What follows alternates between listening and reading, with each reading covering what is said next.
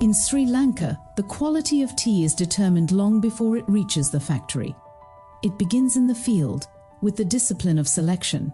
Plucking is not a routine task, but a calibrated practice within the wider Orthodox method of tea manufacture, where consistency and timing directly influence the chemistry of the final cup.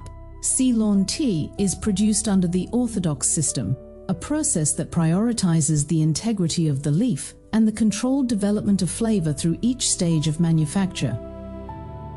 While Sri Lanka is globally recognized for its range of terroirs, it is this combination of environmental advantage and human precision that defines its output.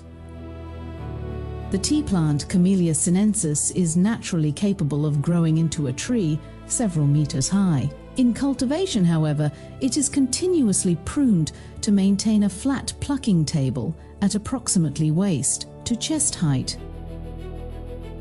This uniform surface serves two purposes. It promotes the growth of fresh lateral shoots, the source of quality leaf. It allows for systematic, repeatable harvesting across the estate. Regular pruning cycles, typically every few years, rejuvenate the bush and maintain yield without compromising leaf quality. At the core of fine tea harvesting is a simple but exacting standard, the plucking of the terminal bud and the two youngest leaves immediately below it. This 2 leaves and a bud standard is not arbitrary. These tender components contain the highest concentration of desirable compounds, polyphenols, amino acids, and volatile aromatics that define brightness, briskness, and complexity in the cup. Leaves beyond this point, larger, coarser, and more fibrous, dilute these characteristics. Their inclusion can result in a flatter liquor, with reduced aroma and increased bitterness. Maintaining this standard, therefore, is essential to preserving the identity of Ceylon tea. Mechanical harvesting, while efficient, lacks the selectivity required for high-grade tea.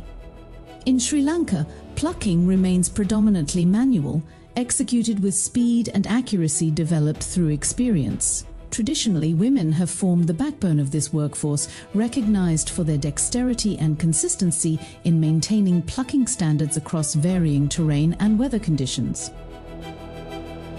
A skilled plucker can selectively harvest thousands of shoots in a single day, all while preserving the structure of the bush for future growth. Estates typically operate on a plucking round of 7 to 10 days, meaning each section is revisited at carefully timed intervals to ensure shoots are harvested at optimal maturity. Timing is not simply logistical, it is biochemical. Research has shown that key flavor compounds, particularly polyphenols and catechins, are most concentrated in the early hours of the day. As sunlight intensifies, metabolic activity within the leaf shifts and moisture loss begins to affect cellular structure. Plucking is therefore concentrated in the morning window when the leaf is at peak physiological condition. Environmental factors, altitude, humidity, and even the influence of monsoon winds further modulate this chemistry, reinforcing the importance of timing within each specific region. Once harvested, the leaves are transported to field collection points where they are weighed and logged, ensuring both traceability and quality control. From there, speed becomes critical. Freshly plucked leaves begin to deteriorate almost immediately, with enzymatic changes altering their composition. To preserve their integrity, they are dispatched without delay to nearby factories. Here, the next stages, wither, roll, oxidize, and fire, begin, each building upon the precision established at the point of plucking.